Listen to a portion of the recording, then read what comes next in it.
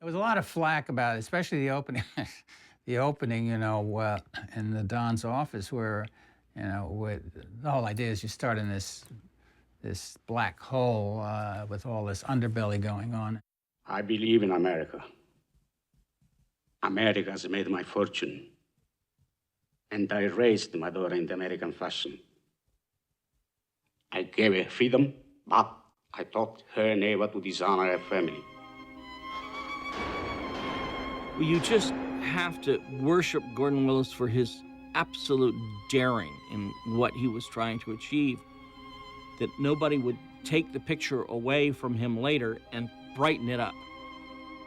They say of Gordon Willis that he ice skates on the emulsion, meaning he's just always there in a total danger zone where it will all fall apart. His blacks are so black, and the subtleties he works with as an artist are so difficult. The success of the picture was such that they made many, many, many more prints than anyone expected. And the irony was that it was greatly distressed and the negative was destroyed.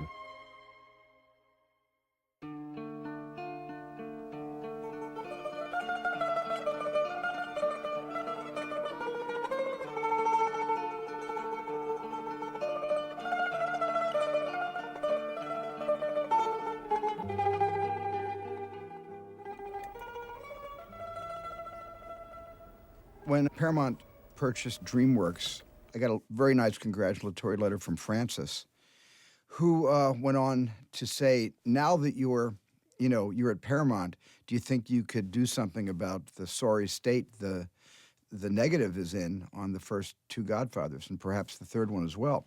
So my first official business, having just joined the Viacom family, was to call the head of Paramount, Brad Gray, share the Francis letter with Brad, and ask Brad would he write a check, which a sizable check, to restore the first two Godfathers, and Brad, without blinking, said yes. Printing film is really a contact sport. When you're constantly running an original negative, coming into contact with printing stock, running through equipment with sprockets, going into sprocket holes, moving the film along, it simply wears out. The true restoration ethic is one of really starting at the foundation. You do a worldwide search for film elements, and you start working with those elements to attempt to create a representation of the film as it originally looked. We actually went around private collectors, Academy, what Paramount had in their vaults, and cobbled together a print of what we thought was the best looking print put together. And we made that the hero print. We took that print, Alan and Barbara Ehring went to Boston, showed the print to Gordy, talked about the movie, went through it, made notes, and basically got their feet wet with Gordy's vision and what Gordy's intentions were when he shot it. He actually began a style. For decades, the ethic was to create a fully exposed negative. If you want it darker, you print it down. If you want it brighter, you don't print it down. But what Gordon did was to create a negative that no one could mess with. There's nothing in the blacks. There is no exposure in the negative on the blacks. There's only one way to print The Godfather, and that is dark. He shot it normally, and what we Willisize it to make it warmer, give it a bit of red. The actual film, if you look at the original negative and the scanned scenes, is photographed with totally normal color. The look of The Godfather, beyond the exposures, was really created in the laboratory with color timing, and it's very precise color timing. Mr. Willis's general comment is that it's 4-point yellow, 1-point red, across the board for all three films. It was certainly one of those things where the very, very critical thing of the color, that golden color that you remember, is not too yellow and it's not too pink, and it just has that certain tone. There are many people that remembered the entire film as being dark. Well, the entire film isn't dark. You begin the film in the Godfather's study, which is exceedingly dark, and then go to an outside scene, which was photographed by Mr. Willis to take on the appearance of old Anscochrome. which appears to have blown out whites and overexposed. I had a strong idea about what it should visually, how it should be glued together. I grew up in New York, and I grew up in the 30s and 40s there, and I thought, this thing should be this kind of brassy yellow. And somebody said, why? I said, I don't know. I said, I feel that it's the appropriate patina for the movie. I remember when I saw the first dailies, and I saw the first day being Michael and Kay coming out from Christmas shopping from Best Department Store. It had a kind of beginning of some snow, but there was a gold look that somehow I associated with the 40s, maybe because it looked like home movies or something, but it was very definitely something that Gordon had done, and I remember thanking him for it after the first day. What do you want for Christmas? Me? Oh, just you. We were pretty sure from the get-go that we were never going to do this process optically. I think that time has passed, and so the decision was then made is you were going to scan this. And so then the question was, how would you accomplish that? And that was the greatest concern when we started, is no one wanted to call anyone, neither at the studio or a filmmaker, and say, hey, you know, we've had a little bit of a problem here. We've kind of destroyed 30 feet of the original negative. So you look at the negative, you evaluate the condition of the negative, and we went to a place called Protec, a Kodak-owned facility. They literally went through the negative foot by foot. All the physical, architectural crevices of the movie were all inspected. All the splices were looked at to make sure it would hold together. Okay, we've come to another splice, and this one also has been reinforced. A little bit of ferrotyping. So once it became that the physical structure of the film could go through some kind of machine, at that point you take a leap of faith and you put up the first reel and you close your eyes and you make a wish and you kind of pray, and we got very lucky on this show.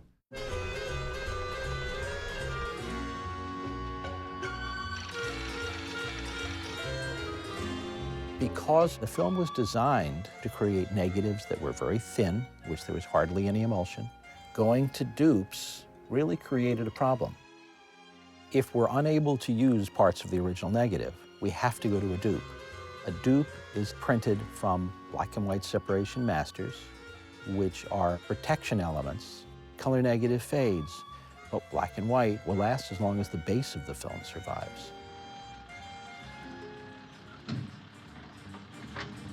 Black and white separation masters are extracted from the original negative and are created by using red, green, and blue filters to basically split the color of the film down into 3 channels, 3 records, with one piece of film carrying each of the 3 colors, red, green, blue.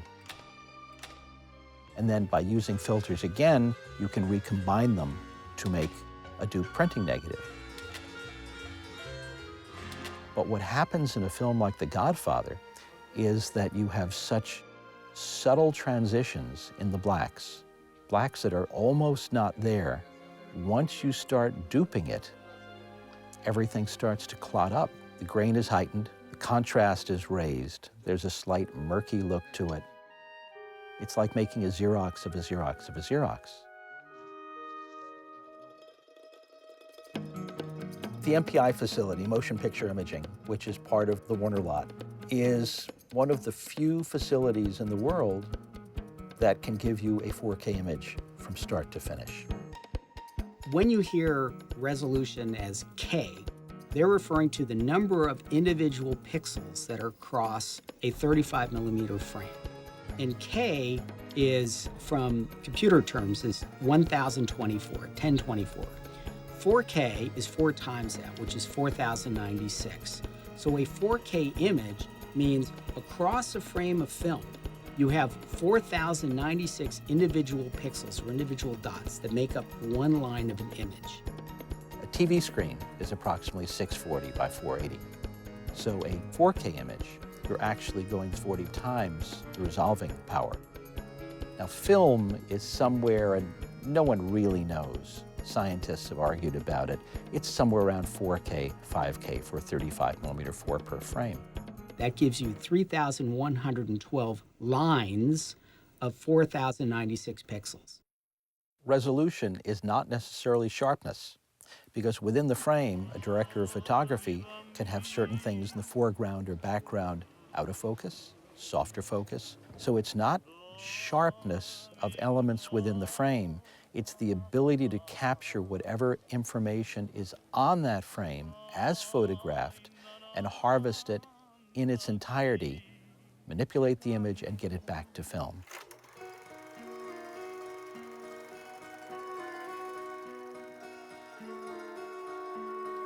To get all the information, all the data off the film into the data world is a challenge. We use the Spirit 4K because you can see how gentle it is on the film. It's an older film, so we obviously didn't want to take any risks and put it in any kind of jeopardy. After the film is scanned to the file system, it comes to us on 4K data files, and we go virtually frame by frame through the film and correct it the best way we can. There are some situations where if you have a damage to the top of the frame, bottom of the frame, side of the frame, wherever it happens to be, you can harvest that information from earlier or later in the scene and fill it in by matting out the area that moves and extracting the area that doesn't move and just replace it. If any of you have experimented with Photoshop or other software computer programs that are similar, the techniques really aren't all that different. This is what the shot looks like before the fixes. So in order to recreate these scenes, is take the good frame, which is this frame, and paint it over the bad frame. Because I don't want to just put a freeze for 2 frames.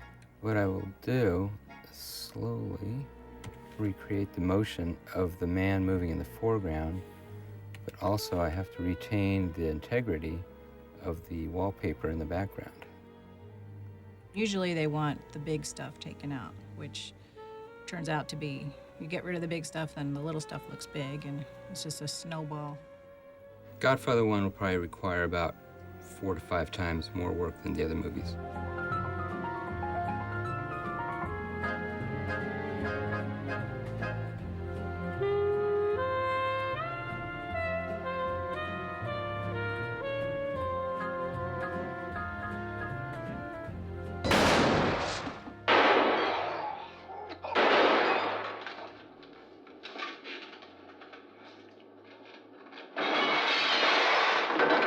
This room is a DI suite or digital intermediate suite.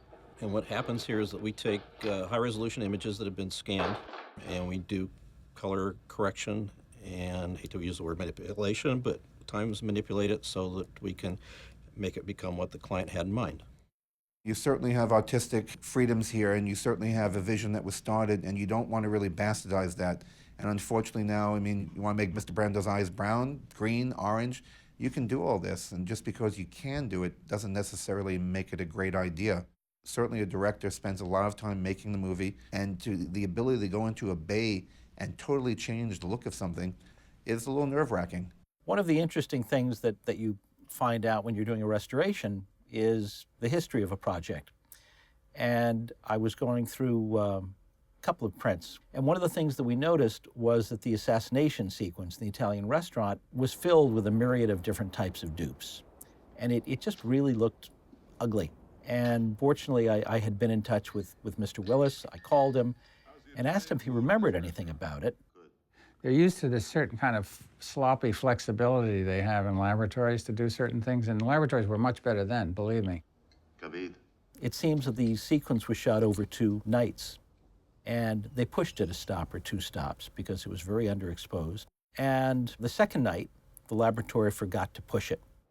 The dailies came back and they were extremely thin, and the entire second half of the sequence was sent back to the West Coast and it was fixed.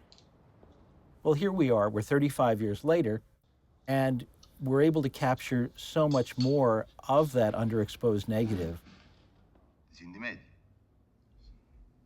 One of the really interesting things that you'll find, I've seen this, other archivists have seen it, it goes back to the classical actors of the silent era, where Lillian Gish would act with an eye movement or moving a muscle in her cheek. I mean, down to that level, that's what Al Pacino does.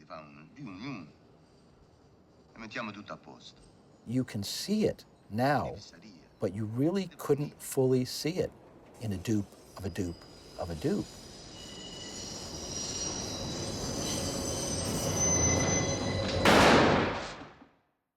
When all of that color correction has been done, and then it has been decided that that's it, it goes to film.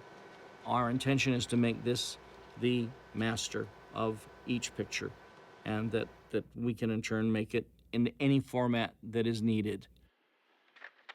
Well, this is the Godfather on RCA Select-O-Vision. It's just a record. It's like it was a movie on a LP record. I don't know how they thought that was going to work.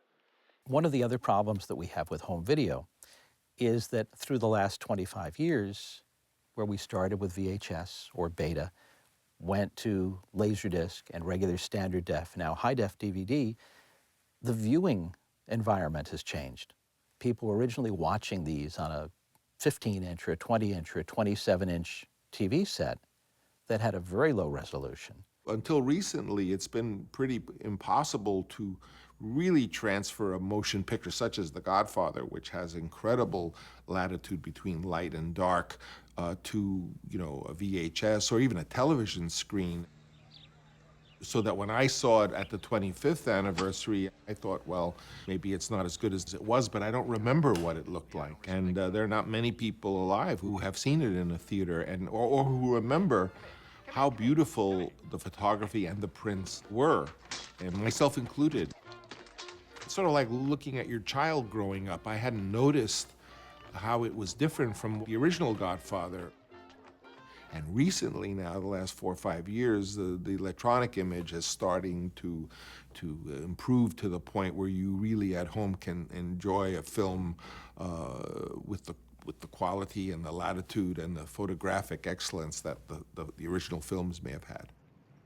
The trick, the exercise, is to come up with a way to reproduce the look of the original as well as can possibly be done. And again, this could not have been done without digital technology. Come here. It's my friend Coppola Restoration. It's my brother Fredo. Oh, you know Fredo, don't you? There's my stepbrother Tom. That's his girl Teresa.